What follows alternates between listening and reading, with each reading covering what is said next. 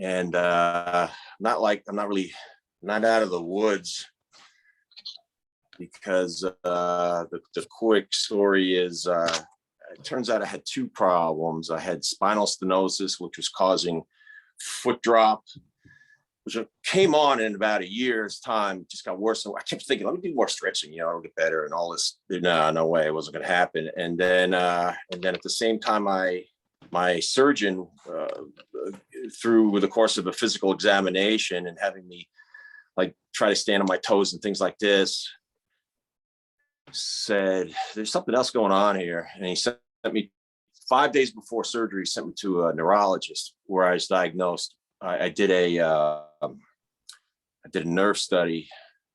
It's a very uncomfortable test, I'll tell you that. And I did a nerve study and found out I had severe neuropathy, which is to say the nerves that are innervating my feet. My feet are so numb and they weren't working right, and they weren't getting the proper signals. And the surgery worked, and it remedied part of my problem, but the neuropathy 5.5 weeks later is exactly the same. I saw my neurologist again 3 days ago, so I'm doing some more tests and blood work. They've screened out all of suspects like MS or Alzheimer's or ALS, or just, and then I went back for more and more tests for really low chance that I had any one of these neurological diseases, but just to make sure it wasn't anything like that. But I'm just in the process of above all else, it's just waiting for my body to heal. And it's been a little bit challenging on my mind, because the number one thing in my book, and by the way, Wayne, knows that I participated in a group lecture this afternoon where I'm really crooked here. Sorry about that.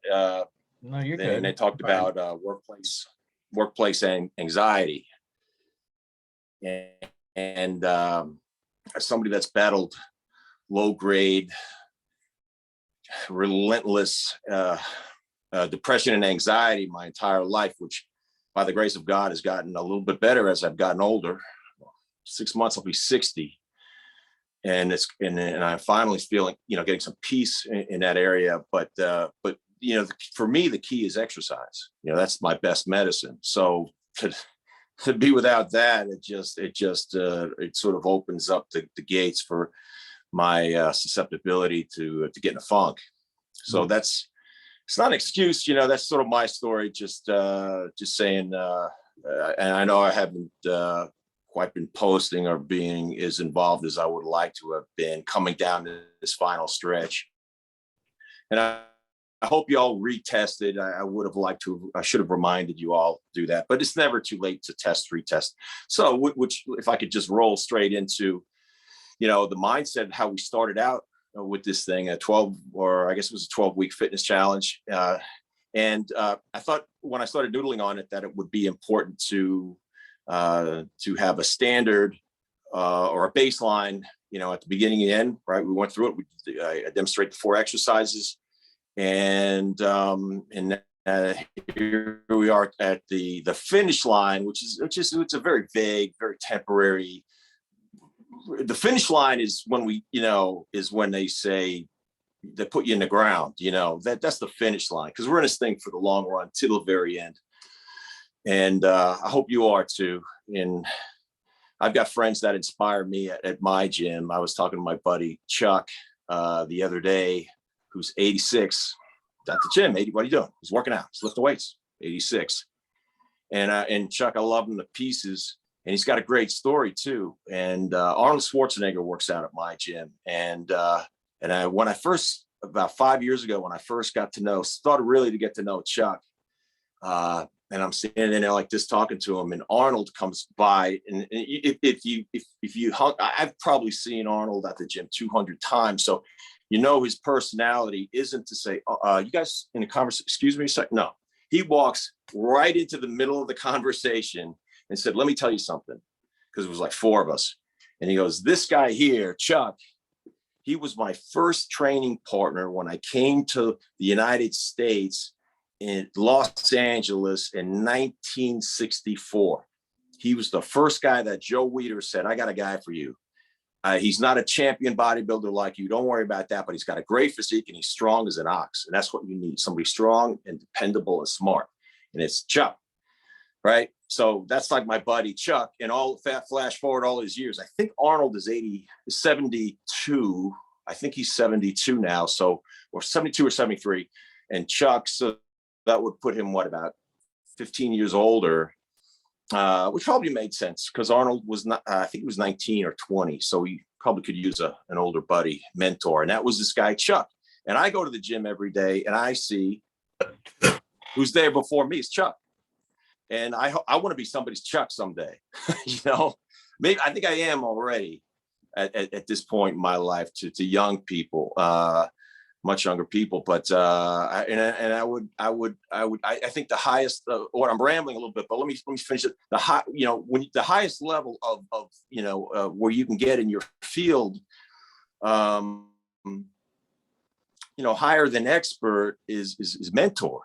To be a mentor, to be a role model, and you got to have gray hair to do it. But that's when it gets really fun, I think. I mean, some people get there like super early. I don't do anything early, but to be a mentor to somebody. So here I am, looking at 60, and I got my mentors and my role models clearly identified. That's an important piece to my puzzle, is to identify the smartest guy in the room, the guy I want to be around most in the room, the person I want to connect to that I can count on. That works for me and helps me. So, all right. So let's go ahead and do the retest. Anybody want to talk about that? Or nobody did it? No. Trying to look at everybody. I reminded here. So you didn't, but I actually reminded everybody to take a look at it. I know that Sean did it for sure. I did it. Okay. Buddy did. Jack did. So yeah, it's a couple of people that aren't here also did. I don't know about Andy and Kane, so we'll ask them momentarily. I want to just start by acknowledging, Pete, that yeah, you are a mentor, and I think you're a mentor in strength training, and that part's great. And the gift that you gave us today, thanks for sharing your journey of recovery, or maybe not recovery the way you would like it yet, from your surgery and from the work you're doing with your neurologist, and the fact that you're this big tough guy who's played football in the NFL and acted and pushed your boundaries and limits, and you're willing to admit that you've struggled with low grade anxiety, depression symptoms, and you showed up to Chad James's call today. And that to me makes you a bigger man than those who, kind of parade around as though they're bulletproof. And maybe they are, like, I don't know, maybe people are bulletproof, but probably not. So I just really appreciate that. And then well, thank you. The timing, by the way, for a guy like me, of a 1 hour expert high level discussion and an authentic discussion about people that are it was really focused towards like people that own their own businesses or that are independent contractors. I don't own a business per se, but I'm an independent guy. It's up for me to figure it out every single day. I don't go anywhere, and I can figure it out. And that the idea was that it might be this population, our population, that suffers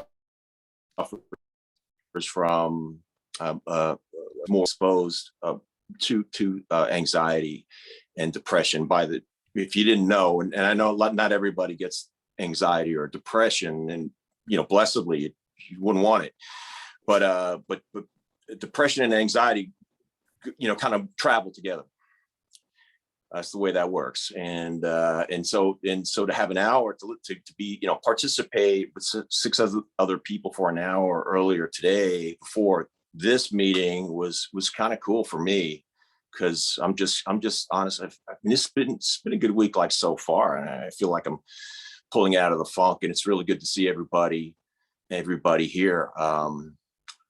This has been meaningful. And Wayne, thank you by the way, for the opportunity to connect with these men and to in some way direct and inspire and to help educate, because I think the very first day and hopefully the very first paragraph, I normally tell people that, look, don't call me, you can call me a trainer or a coach, and I'm absolutely cool with that. But I think I'm really an educator, on all things, like physical fitness. And I've got my own personal, I don't have a degree in exercise science. I've got a liberal arts degree, but I'm Avis, I try harder. That's how I overcome the insecurity of the guys that have, I got a master's, my nephew's got a master's degree in exercise science, blah, blah, blah, but I never had that. But I had the great good fortune of having world-class strength coaches in the NFL. College was actually, the guy I had in college was probably the best of them all.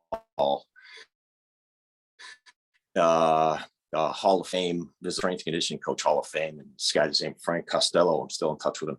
He's in there. I went to the University of Maryland, and we had a very powerful, fast, explosive team. That's because of the work that we did in the weight room. And what the football practices are about are taking the stuff you do in the weight room, that you've earned, right? To take that, as I say, 206 bones, 646 muscles, central nervous system that's going to innervate all that stuff and make you go. And then when the coaches say, here's where you line up. So here's the fundamentals of football. Know where the hell you're going to line up. Right. So listen to the play. Listen first. Listen first. Know where the hell you're going to line up. Get lined up. Line up correctly. Get off on the snap counter if you're on the defense. React to the ball when it goes. And then read your keys, use your techniques, and go like a bat out of hell and make a play, make a football play. Fight your ass off. Football's played, 6 seconds at a time, every 30 seconds. Repeat that. It's a fight. And so I took that mentality and my liberal arts degree, which isn't worth shit, and I apply it to how I help people move from point A to point B in a better direction, and a tether to the functional information like sets, reps, exercise selection. These are formalities that anybody can learn, but to tether them to a passion that makes all the difference in any damn thing that we do. I'm sticking to my story there, Quick question. I've been doing this I want to ask you to repeat something. There's just a little bit of chop sometimes in your feed. So if we ever look at you funny, mostly it's okay. And then it just kind of goes. So if we ask you to repeat anything, it's fine. And you asked, I get it. You ask everybody about retest. This is one of those gems for me. How many muscles and how many bones? 206 bones, 646 skeletal muscles, not to be confused with, there are some non-skeletal muscles, most notably your heart. That's cardiac muscle, as opposed to, I think there's 3 different types of muscle, the third being contractile tissue. That's like your intestines, like squeeze like that, make the food go and stuff. So there's different kinds of muscle. But the ones that do what we want them to do, and that's to move, that's to pick weights up and put it down. That's so that the brain sends a signal to the nervous system, goes down your spinal cord out to your arms and legs, and says there, take this wrist and bring it towards my head, and so the muscles articulate bones around joints. Joints are helpful, and you put that all together and you have movement. So. That's good to know. When I did go back to school, what I did do was study biology, chemistry, anatomy, and physiology. So actually, I went to college for that stuff, but it didn't let it ever. Yeah. So I'm 200. So any thoughts or questions? I'm rambling here. No, any thoughts or questions about I'd love to hear somebody say something. They feel good about something that's happened in the past 12 weeks or so. Or maybe not. Sean, you retested. Would you go first? Yeah. I'll say overall, I'll start with the vanity one. It's summer season and my arms look way better in a t-shirt. now that we're done. Good. There's triceps and forearms now, so that's all. They'll take the vanity stuff. Yeah, I mean, weight. There's a place for it, right? But just to remember, and if anybody missed that, I know people come and go on these meetings, and there's a place for it. I have a philosophy about that. I think that's useful to everybody. That's applicable to other things in life. But like I made clear, I want people to prioritize. The number one reason that people don't go to the gym, don't make it to the gym, or maybe don't get really much out of their workouts is time. It's time. It's knowledge. It's organization, but it's time, right? So it's in there. So, I learned this from my strength coach, Frank Costello, in college. Like I said, he was excellent at Maryland. And he goes, here's what's going to make you a better football player. Squats. Again, this is different than general fitness now. We're training world-class athletes, but it's squats, bench press, pull-ups, and a handful of other exercises. But that was the big three in the weight room. I'm not talking about the agility stuff. I'm not talking about the plyometrics and the bounding and jumping we did. That's all very important too. But I'm just talking about the strength training stuff. He said, if you have time at the end of your workout, because it was time, there were like 45-minute blocks, like in, out, right? The defensive line and the linebackers came in, and then they were in for 45 minutes, they went out, and then the wide receivers and the running backs came in. It was like in groups, right? And you had to schedule your classes all around it and all that stuff, but it was timed. And he says, once you've taken care of your business, and the workouts were written on marker boards back then. And so we followed and we worked out in groups of four or five. And once you've gotten, your work in, that's the squats, the bench presses, that stuff.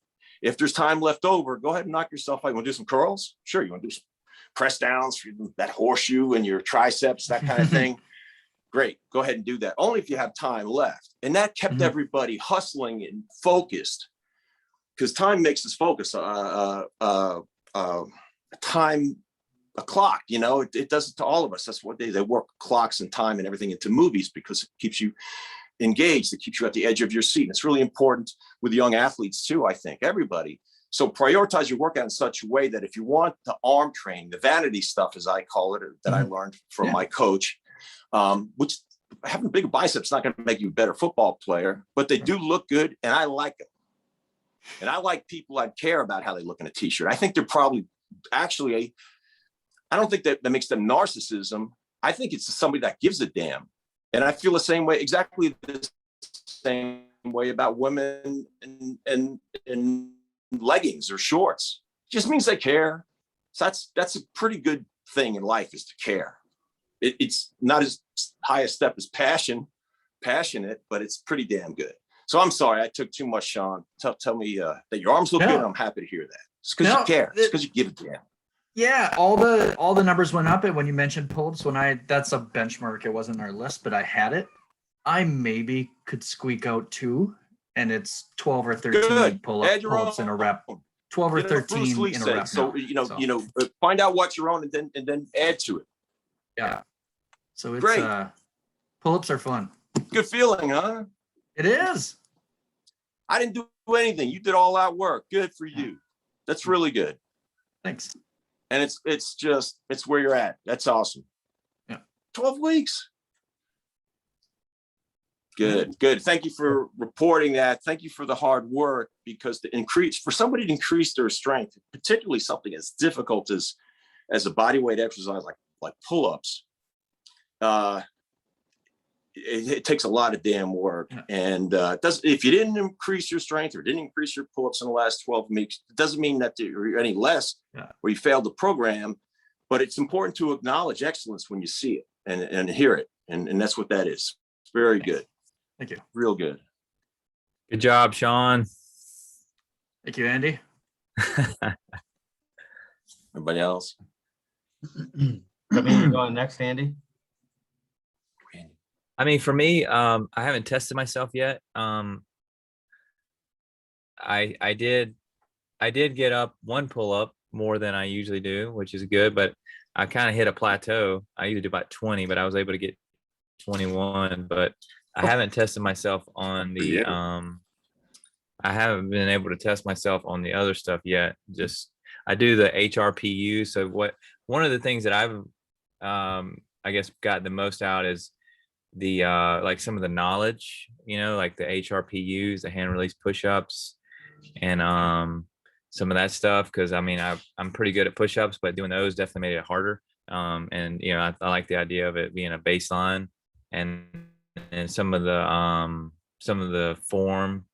And then also another just mindset thing was because we have a pull-up bar at the office, and I mean, just, hey, you know, 30 seconds to a healthier you. So I'm like, man, I'm gonna go knock out, you know, 20 pull-ups before this conference call and have energy, because, you know, like doing exercise actually gives you energy, you know, weirdly enough. uh, and I'll be like pumped up now because, and they're like, you know, I'll be breathing heavy for the call for the first 15 seconds or something, but it's like, hey, I just did pull-ups. So that's kind of one thing that I've done a little bit differently, is just, you know, the 30 seconds that, like you mentioned, time is like, we have all these 30-second increments. You're waiting for your computer to boot up, you're waiting for your coffee to pour. Well, go do some push-ups. So that's a mindset thing that I've learned. And oh man, that's awesome. And I that is so useful, I think, and to hear that from folks, because, you know, we all get set in our way. I'm no different than anybody else. I just got back from the gym a couple hours ago, and I think about that time, and I incorporate it into my 30 seconds at a time videos from time to time. But I say, you know, I just like, somebody even sent me like one of these meme videos, and it said, which kind of a workout guy are you? And so this is the video of a guy doing a set of bench press, and then he just sits there and he looks around like this for a minute and a half. And then there's another guy that he does his set of bench press, and then he's got his headphones on and he starts dancing. Well, I'm neither one of those guys. I'm the guy that's stretching. And furthermore, I think if you're doing an exercise to strengthen your upper body, and you're going to have a minute, I suggest most people takes 60 to 75 seconds.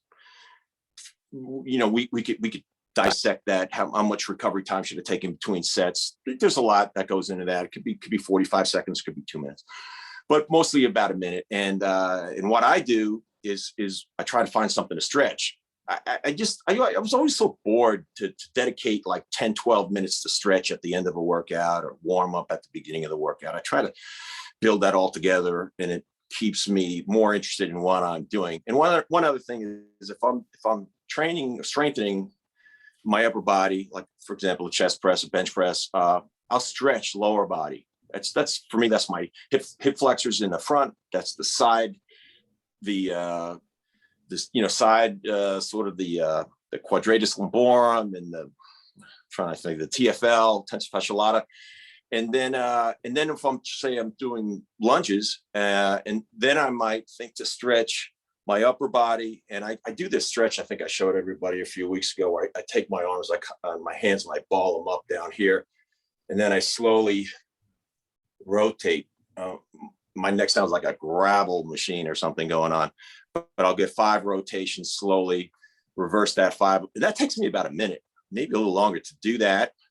So I was right. So, and then I just get back to my next set, and I've accomplished in my case, doing a neck mobilization exercise, which is something I need and I benefit from. I don't like to stretch at home. I don't think to do it, but once I'm in that gym setting, I really want to take advantage of that time, maximize my time, and that's it. So I love your idea, and you've also extrapolated that into, think about how much you can improve your physical body in just 30 seconds. There's no doubt about it. We can find, and there's a preponderance of evidence that tells us that when we exercise, strength training in particular, this stands in sharp contrast to the way people used to think some years ago, that it was all about, the 80s and 90s were very aerobics centric, and that the best way to do things for your head would be to low, slow, which is take a long jog, take a long bike ride, go for 30, 60 minutes. Actually, it's been shown that would be Okay, but that would be inferior to the type of activity that releases those feel good hormones that and some of the hormones that I'm just blanking on the acronym for the brain hormone I'm trying to think of, that helps us with acuity, that helps us think. And that's most we receive most benefit from strength training, and that is certainly pull-ups. Make sure you understand that body weight is just as good as barbell training. So push-ups, pull-ups, that kind of stuff is as good as anything when it comes to kind of activity that not only will make you stronger, but will make your brain work better in the short and long term.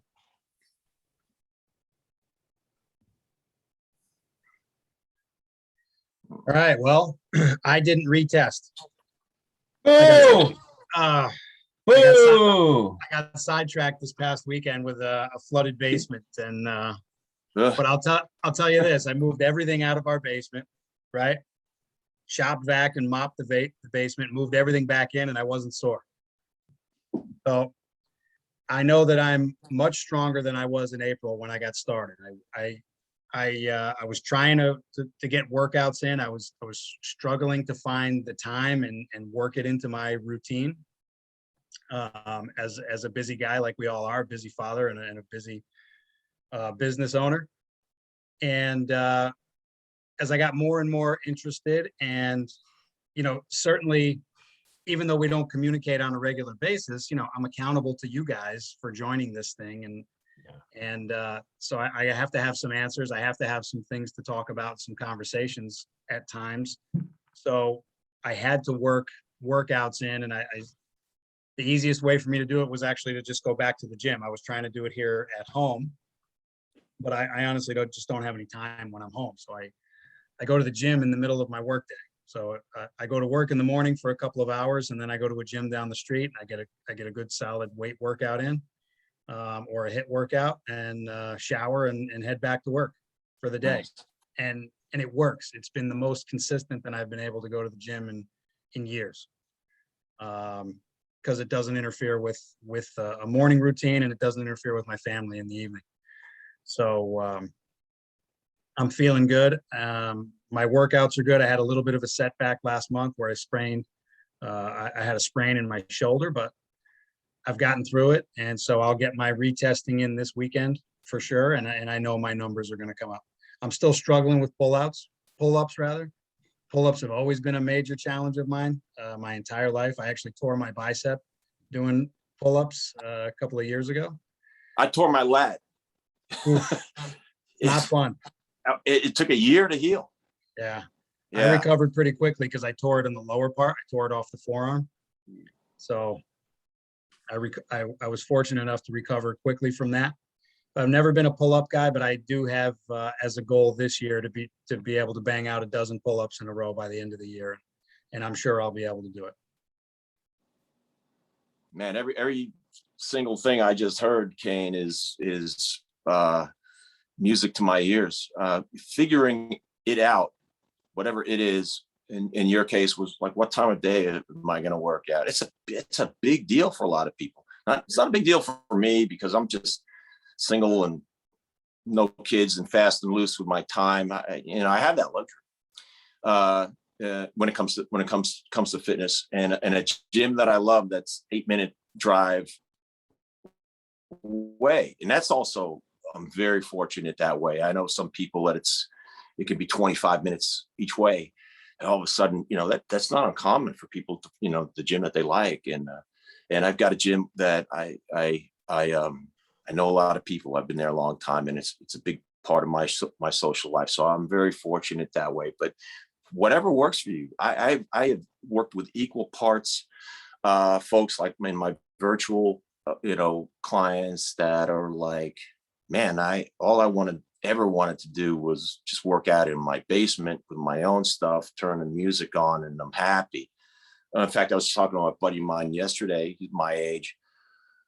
He's been working out his whole life. He played high school football, and he bought a house 20 years ago, and had his family and everything, and he 2-car garage, and he converted half of it right from the beginning he goes, this is how it's going to be, you know, and he converted half of that into a gym, and he put a TV in there, and he works out like typically between 6 and 7 a.m.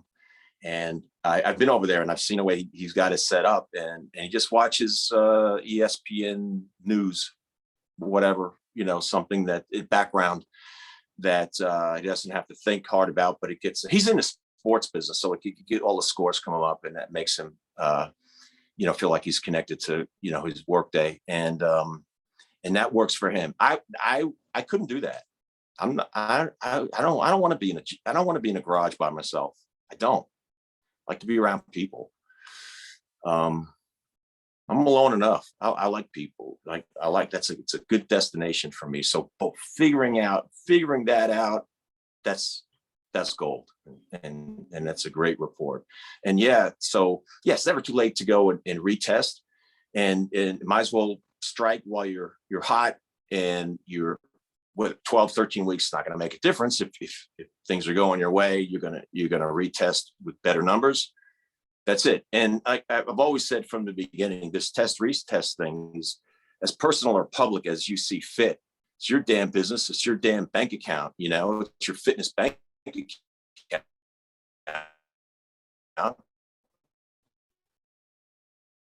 Everybody say, it's your business, but you want to know what the hell you got going on there. And this is a test, a simple yet effective retest of your physical fitness to see if you've improved. If not, okay, you haven't. So I'm not wrong when I say, you know, the more effort and consistency you put into this training, the more benefit you'll get, and it's measurable.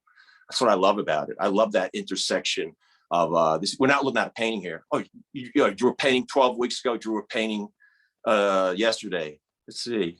I don't know. That doesn't really do it for me. I like quantifiable. I do like the math part of physical fitness. I like the numbers. I was motivated by that for a long time. It was my goal to bench press 300 pounds in high school, and to bench press 400 pounds and more in college, and 500 pounds in the NFL. And I did that. You know, I was very consumed by those numbers. And they work for me. I like the math.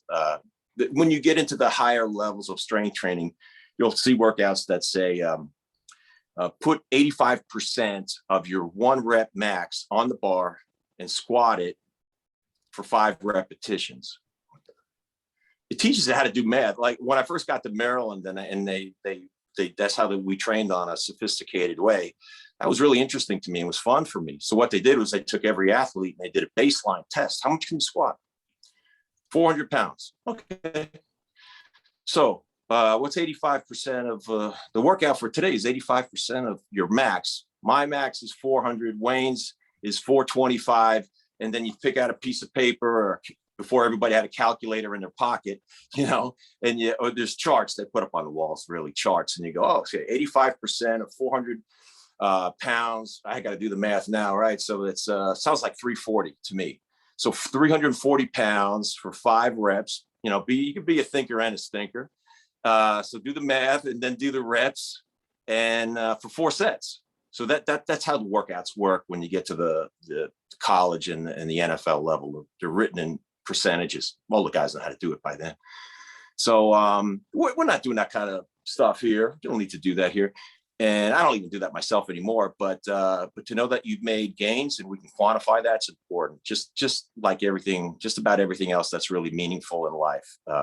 We can quantify that. It's a good thing. And it's always okay to say it didn't go my way. Don't say I didn't do good. I used to say that. Oh, I didn't do good on the test. I just say it didn't go my way. Maybe it didn't go your way. Maybe you did better on the burpees, but you didn't do better on the air squats.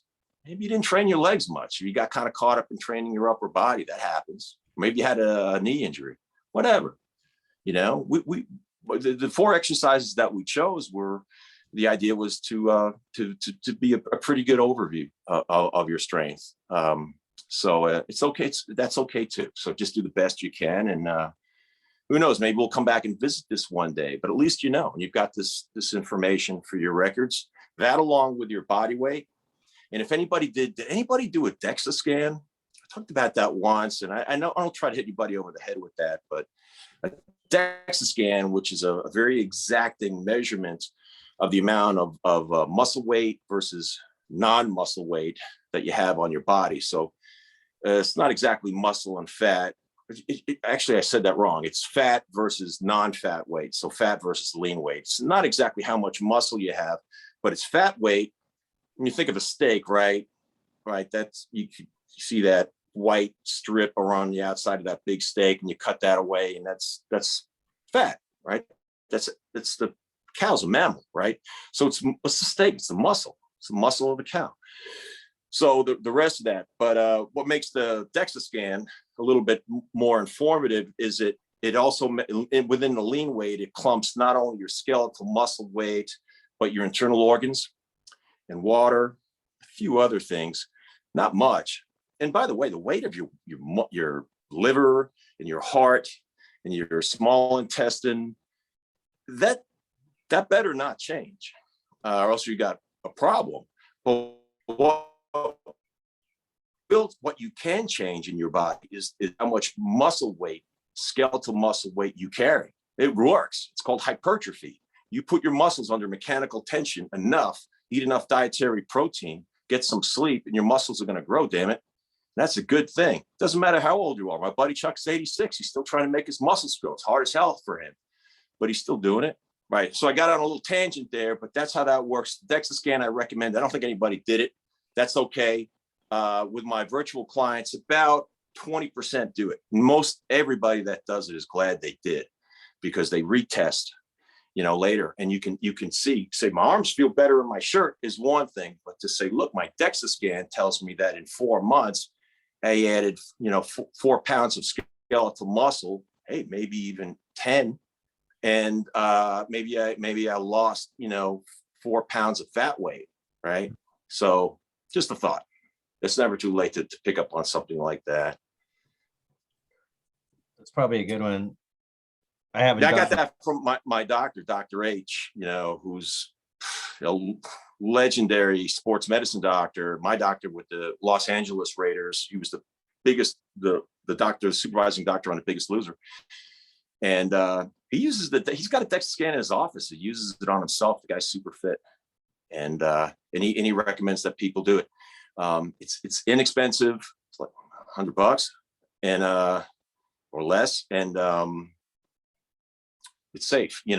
Just find out where you stand. So that was. But again, like I'll mention it once or twice, but that's about it. The other thing you can do is like girth measurements and things like, or caliper tests. Or there's some scales you can step on, reasonably accurate, but they're not exacting. So anyway, but Kane, good story. And I think the most important piece of your story was I found my system for how I'm gonna, juggling all the balls of family and business and all the stuff in the air. I found a way that I can carve out my time. And by the way, that's not only your time, that's your family's time. That's you making yourself better for them. It doesn't matter if they're asleep when you're doing it for them. Yeah, thanks. I can't take all the credit. Wayne, believe it or not, is the one who gave me permission to work out while I'm at work. It was his idea. Well, I pondered it for some time, and then eventually it did make sense to me. At first, it's like, no, when I'm working, right? I'm a worker. That's why my career is the way that it is, because I work. Wayne gave me some nice perspective on that, which eventually sunk in, and that's what drove me to do it. And it works. I mean, it just works for me. It works. I go every day, like 4 days. I go every Monday, Tuesday, Thursday, and Friday, and I don't miss. And for most people, when they give themselves that space, whether it's I went through this when I started going to 12-step meetings, and I went during the day, right? During the day, I can't do that. My goodness, I have no time. And actually, I turned out to be more productive after taking that time out of the day, and I'll bet you are too. Stepping out of the office, clearing your head, doing the workout. You're probably actually have more capacity when you go back mentally. Yeah. Too. Yeah, definitely.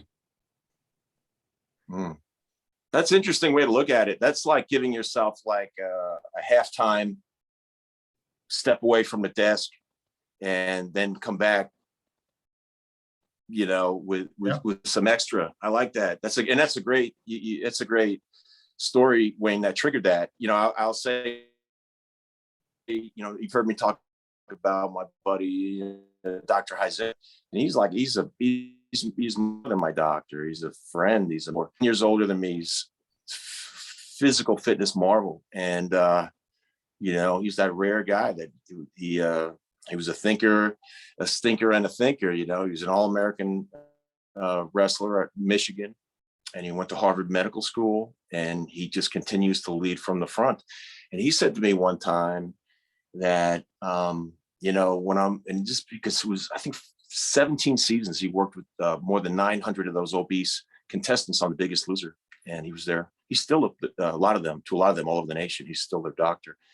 And he saw a lot of remarkable stories. And one of the things he shared with them that he told me was people do say to me, you are busy internal medicine doctor here right in the middle of Beverly Hills. And, you're that guy, and you were the Raiders doctor for all these years and all that stuff. And but you obviously work out. I mean, you're in great shape. We see it. How do you explain it? And he goes, I can't explain it, except I know this, that I studied physics in college, and I think I'm pretty good at math. But here's the conclusion I've come to, and I can't rationalize it except to say I believe in it, that when I exercise for 1 hour a day, I feel like I get 1 hour extra productivity. Makes no sense, but I know it. I know I'm more productive. And who doesn't want to be a super competitive guy, right? And who doesn't want to be more productive? And so I've got to get to the gym. He doesn't go to the gym, by the way. He works out at home. But he goes, I got to get my workout in so that I can be, I know, because otherwise I don't want to give up the productivity. So in his case, he's a lift weights 3 times a week guy, and then go on a 6 mile, 4 to 5 mile run the every other day guy. That's his style, for what it's worth. That's what makes him happy. But either way, it works.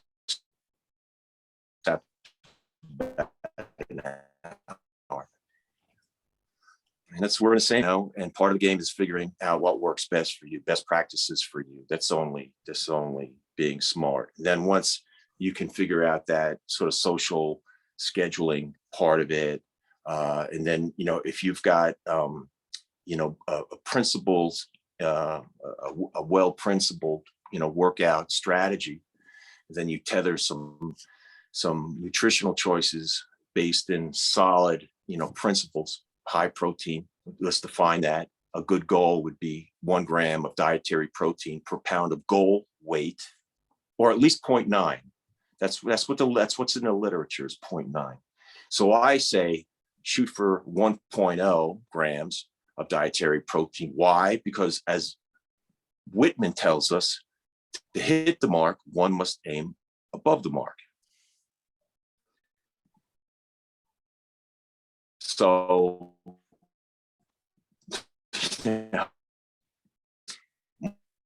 more, that's more. Falls percent. And I hate to see people fall into that category of, man, I can't get any muscle going. I'm at the gym like an animal. I can't get any muscle going. How much dietary protein are you eating? I don't know. I'm eating like salad and stuff every day. Well,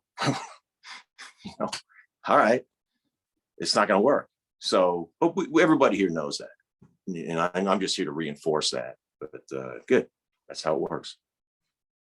Just being conscious that we have 14 minutes, and Sean and Kane and Andy. Oh, I'm sorry. Yeah, let's get to rambling on here. I just wondered if you have any questions. It's like the last time in this period. Were there any other questions you had or topics or things we need help with from Pete?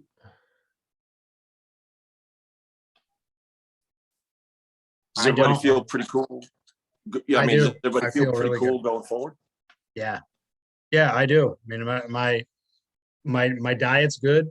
Um, I've got a really good list of what I eat and how I eat it to keep that protein high. And I've never been a real disciplined diet guy, but I get a lot of help from my wife, makes it easy. And I'm eating so much protein and I'm so satisfied from it that there's no room for the crap that I was getting. There's just not room for the crap anymore.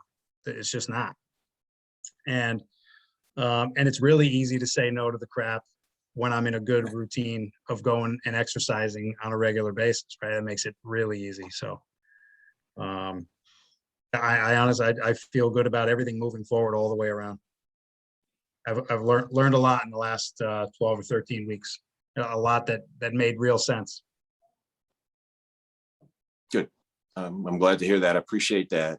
It makes sense. And then I'm looking forward to you, and I'm excited for you to privately go ahead and repeat your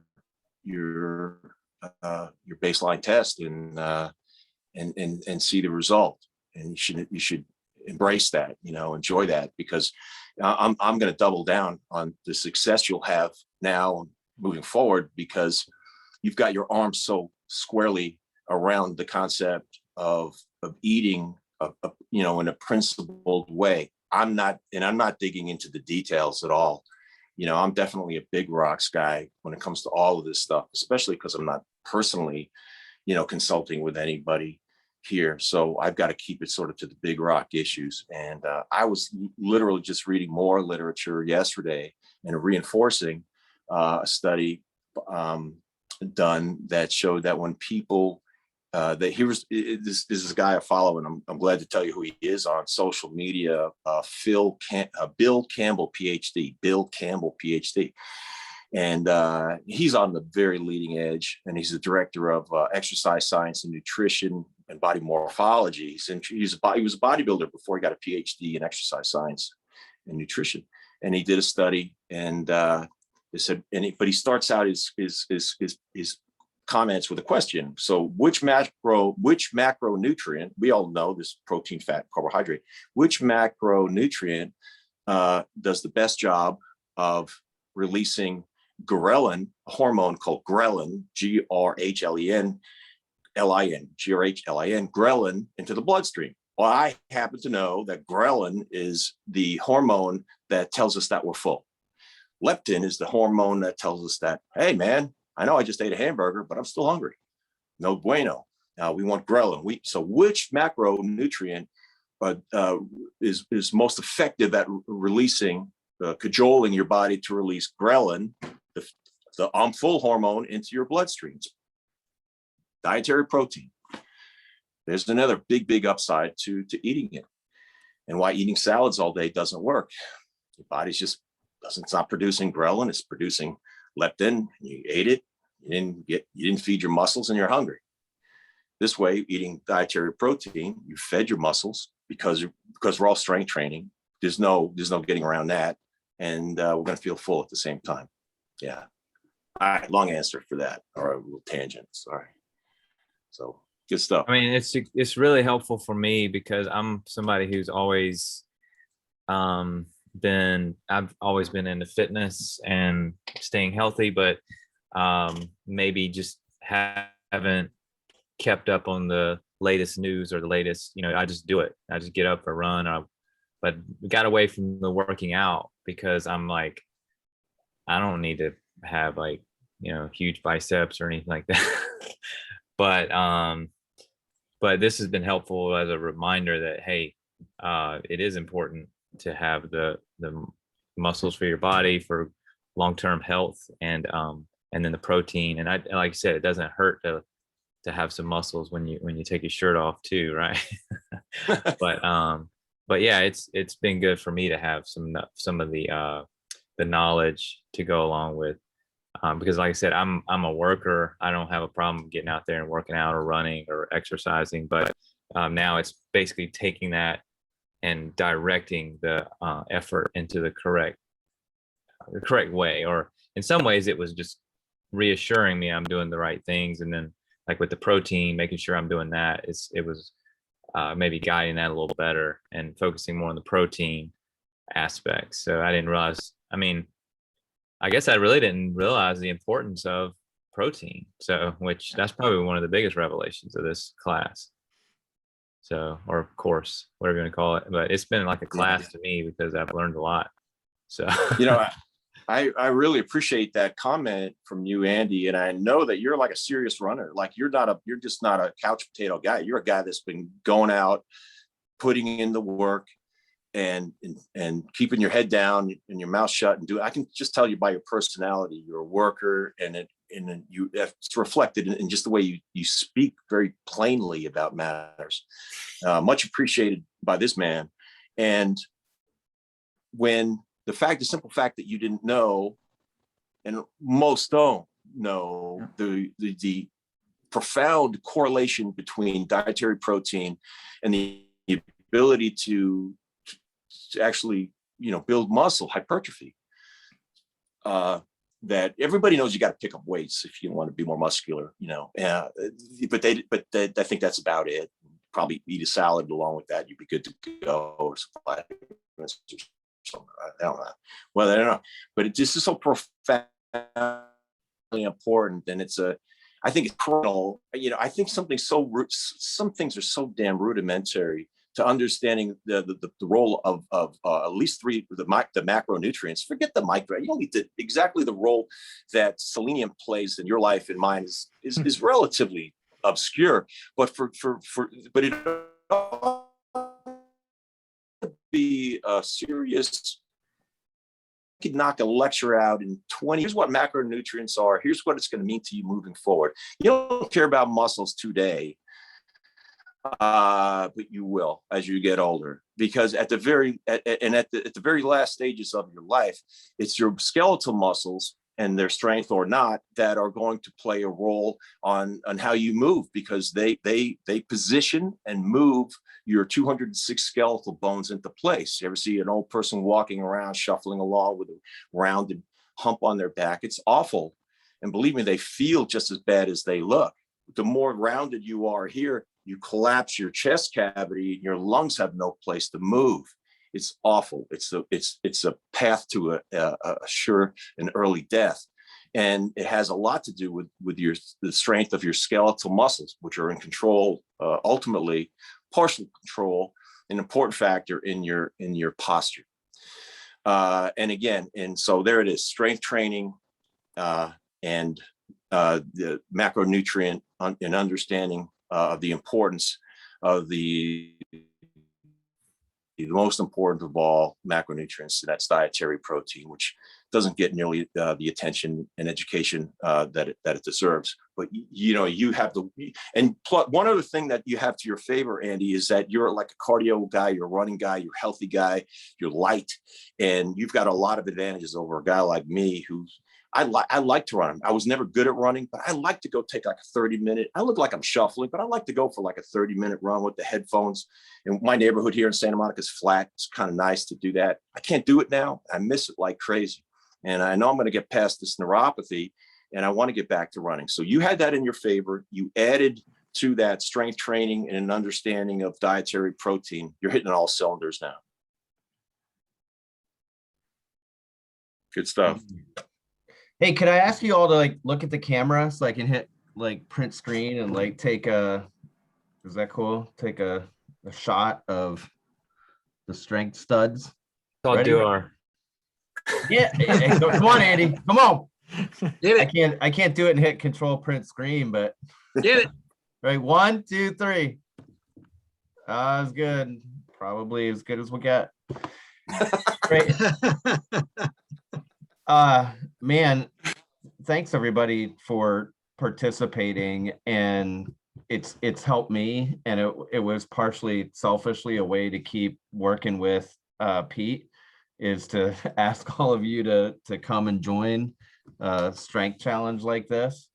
And I know it's, yeah, I've learned a bunch. I learned a bunch with Pete the first 3 months, and this time, like I wrote down the phrase increase my capacity. Pete said that one day, we're working to increase our capacity.